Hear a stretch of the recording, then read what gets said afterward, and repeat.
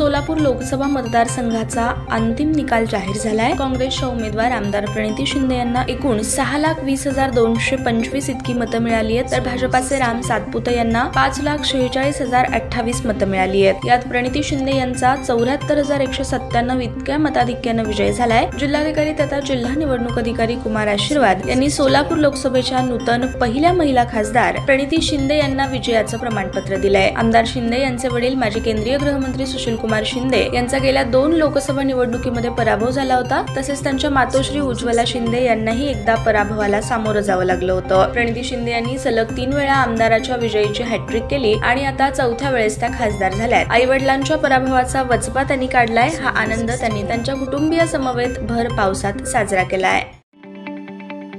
ताज्या बातम्या पाहण्यासाठी प्राईम महाराष्ट्र न्यूज चॅनलला सबस्क्राईब करा।